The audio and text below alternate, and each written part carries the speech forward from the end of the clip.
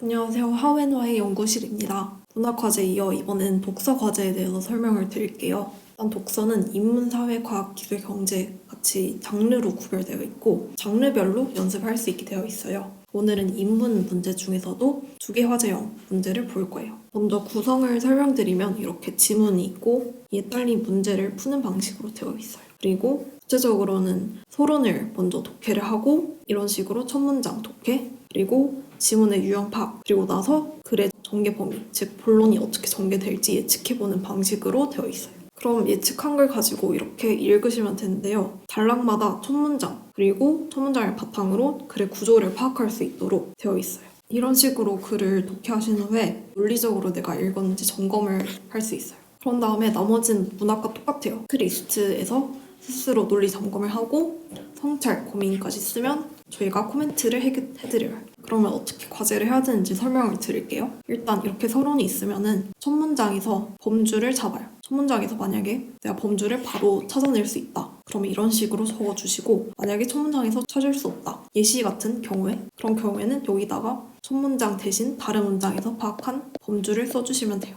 그리고 나서 이 글의 유형을 파악하는 단계가 있고, 여기서는 어떤 근거로 글의 유형을 알게 되었는지 그 부분을 쓰시면 돼요. 그리고 이를 바탕으로 본론의 범위를 예측하면 돼요. 즉 이런 식으로 구조화를 하시면 돼요. 그럼 이렇게 서론을 논리적으로 읽은 다음에 이걸 가지고 본론을 읽으면 돼요. 서론을 읽은 것 같이 첫 문장에 집중해서 범주를 파악하고 이걸 바탕으로 구조를 파악한 방식으로. 그래서 서론에서 예측한 게 맞았는지 확인하고 동시에 새로운 내용이 뭔지 파악하는 방식으로 독해를 하시면 돼요. 다른 단락도 똑같아요. 앞에 내용과 연결되는 부분 확인하고 그리고 뭐가 새로운 내용인지 그 부분을 확인하시면 돼요. 이렇게 글을 다 읽은 다음에 내가 논리적으로 읽었는지 이 문항에 따라서 점검을 하시면 돼요. 여기에서는 예상했던 게 일치했는지, 본론에 실제로 나왔는지, 만약에 그렇지 않았다면 무엇을 놓쳤는지 이 부분을 써주시면 돼요. 그리고 만약에 일치하지 않는다면 서론에서 무엇을 잡았어야 되는지 그 부분을 여기다 써주세요. 그래서 2단계는 글을 다 읽은 다음에 내가 서론에서 예측한 게 맞았는지, 만약에 맞지 않았다면 어떤 것을 봤어야 되는지 역추론을 하는 단계라고 보시면 돼요. 그럼 여기까지 하고 그 다음에는 스스로의 논리 과정을 점검하는 단계가 있어요. 이 문항들이 있는데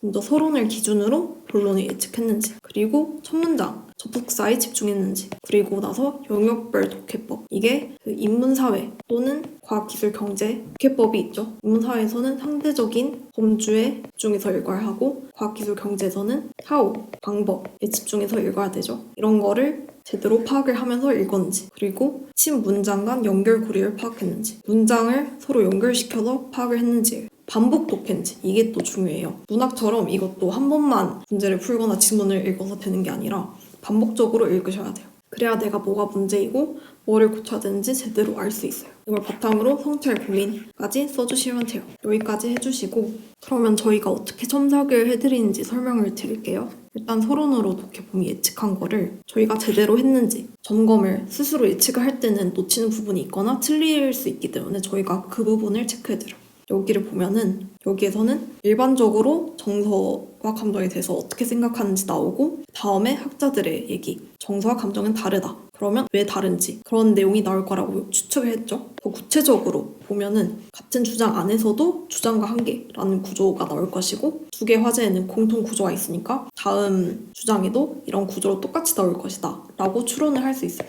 그리고 이 2가지 범주를 모두 포괄하는 범주가 나올 수도 있다까지 추론을 하면 좋죠. 이렇게 학생이 놓친 점을 저희가 써드려요. 그 다음에 본론을 볼 때는 먼저 서론에서 예측한 거를 확인했는지, 그리고 본론에서 첫 문장을 제대로 파악을 했는지, 또 구조를 제대로 파악을 했는지, 만약에 파악하지 못했다면 어떤 것을 봤어야 하는지, 그래서 어떤 단어를 봤어야 하는지 그런 거를 저희가 써드려요. 다른 단락도 마찬가지로 해드리고, 실제로 과제를 푸실 때는 이걸 다 하시면 저희가 일일이 다 첨삭을 해드려요.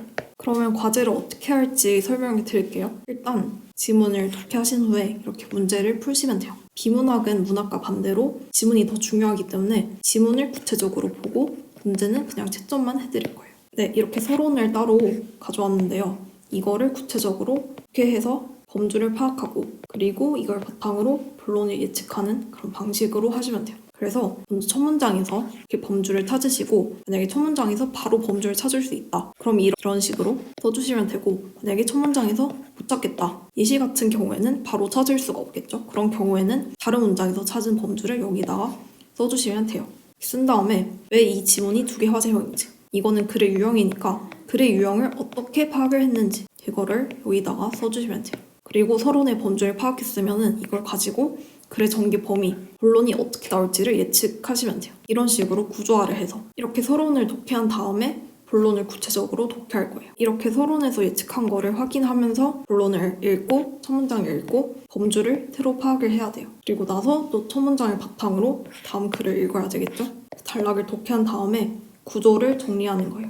이런 식으로. 이렇게 앞에서 파악한 범주를 확인하고 새로운 내용을 확인한 식으로 본론을 계속 읽어주시면 돼요. 여긴 비어있지만 실제로 하실 때는 다 써주시면 돼요. 여기까지 읽은 다음에 자신이 논리적으로 읽었는지 점검하는 게 있어요. 서론에서 예측을 했던 것과 본론이 일치하게 나왔는지, 만약에 그렇지 않았다면 무엇을 놓쳤는지 여기다가 써주세요. 그리고 만약에 일치하지 않는다, 그런 경우에는 서론에서 뭘 써야 되는지 그거를 여기다가 써주시면 돼요. 여기까지 하시고 문제를 푸시면 되겠죠. 그래서 이렇게 글을 다 읽고 문제까지 푼 다음에는 체크리스트를 해주시면 돼요. 여기 있는 이 문항들을 바탕으로 내가 제대로 했는지 이런 식으로 체크를 해주시면 돼요. 여기에서는 크게 서론을 바탕으로 본론을 제대로 예측했는지, 그리고 첫 문장, 접속사에 집중했는지, 그리고 나서 영역별 독해, 이거는 글의 유형에 따라서 다르게 독해를 해야 되겠죠. 글이 두 개 화제형이라면은 둘의 공통 구조와 차이점을 중점으로 봐야 된다. 그런 독해법을 썼는지 그런 거고, 그리고 단락 안에서 문장들을 서로 연결해서 읽었는지, 그리고 이것도 중요한데 반복해서 독했는지.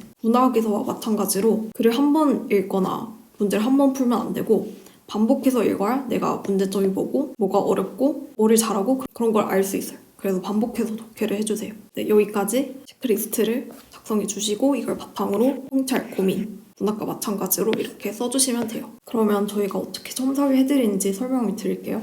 먼저 문제에 채점을 해드린 다음에 비문학은 문제가 핵심이 아니니까 구체적으로 언급하지 않고 넘어갈 거예요. 다음에 중요한 게 지문이니까 지문에서 제대로 독해를 했는지 이걸 위주로 첨삭을 해드릴 거예요. 그래서 첫 문장 범주를 맞게 잡았는지, 그리고 글의 유형의 근거를 제대로 파악을 했는지, 또 본론을 제대로 예측했는지 이거를 봐드릴 거예요. 여기에서는 다른 거는 잘 했는데 이 부분에서 구체적으로 추론하는 데서는 좀 부족한 게 있어요. 두 개 화제형이면은 둘의 구조가 같고 내용적 차이가 있을 거라고 생각을 해야 돼요. 그런데 여기에서는 그냥 지문에 제시된 내용만 파악을 해가지고 부족한 게 있죠. 그래서 이런 식으로 구체적으로 두 장 한 개 같은 공통 구조가 나올 것이다. 그리고 그 안에서 내용이 다를 것이다. 추론을 하시면 돼요. 그리고 이 정서와 감정을 포괄하는, 절충하는 제3의 방식이 나올 수도 있다. 까지 추론을 하시면 되겠죠. 그 다음에 본론을 제대로 읽었는지 볼 건데, 일단 첫 단락, 본론 첫 단락에서는 서론에서 예측한 거를 확인을 했는지 이게 중요해요. 왜냐하면 서론에서 예측을 하고 이거를 본론에서 확인 안 하는 학생들이 많기 때문에 반드시 이거를 확인할 거예요. 예측한 거를 봤는지 체크를 하고, 그리고 본론을 제대로 읽었는지, 첫 문장 범주를 제대로 잡았는지, 그리고 구조를 제대로 파악했는지 이런 걸 볼 거예요. 여기에서는 감정과 인지주의라는 범주를 잘 파악했는데 전통이라는 핵심 범주를 놓쳤어요. 그래서 전통과 현대 범주를 파악해서 구조화를 해야 된다고 써줄 거예요. 다른 내용도 마찬가지로 저희가 해드리고 현장 과제에서는 이거를 밑에 단락까지 다 써주세요. 그럼 다음에는 학생분이 스스로 논리 점검한 거를 저희가 받으려 놓친 게 있는지 틀린 게 있는지. 그래서 여기에서는 예측했던 거와 다르게 나왔대요. 정서와 감정의 범주가 특정, 모든이라고 추론했는데 나오지 않았다. 그래서 그 이유를 잘 모르겠다고 나와 있나요? 그러면 여기 이 부분을 저희가 코멘트 때 어떤 것을 봤어야 되는지, 여기에선 이제 서론에서 놓친 점은 없는 것 같은데 본론이 예상대로 나오지 않았다고 했으므로 본론에서 무엇을 봤어야 되는지, 만약에 본론이 예상대로 나오지 않았다면 어떻게 읽었어야 되는지 그런 걸 써드릴 거예요. 그리고 나서 체크리스트를 받을 텐데 이 부분도 똑같은 방식이에요. 스스로 하면은 제대로 파악하지 못하는 부분이 있을 수 있으니까 저희가 첨삭한 걸 바탕으로 이걸 제대로 체크했는지 이런 거를 봐드릴 거예요. 그리고 성찰 고민 써주시면은 이걸 바탕으로 저희가 코멘트를 해드립니다. 그래서 문학처럼 전체 첨삭을 바탕으로 문제점, 약점이 뭔지 파악하고 해결 방안을 써드리고 구체적으로 어떤 강의 들어야 되는지 까지 써드려요. 다른 점은 저희가 표시를 해드리니까 계속 연습을 하시면 돼요. 네, 이렇게 과제를 다 설명드렸는데요. 다시 정리하자면 지문 독해, 그리고 문제풀이 연습을 하고 구체적으로 서론을 제대로 독했는지, 그리고 이를 바탕으로 본론을 제대로 예측했는지, 본론 자체를 제대로 읽었는지 이런 것들을 연습하고 스스로 검토까지 하시면 돼요. 그러면 저희가 그 과정을 논리적으로 했는지 첨삭을 해드릴 거예요. 네, 여기까지 현장 과제에 대해서 설명드렸습니다. 감사합니다.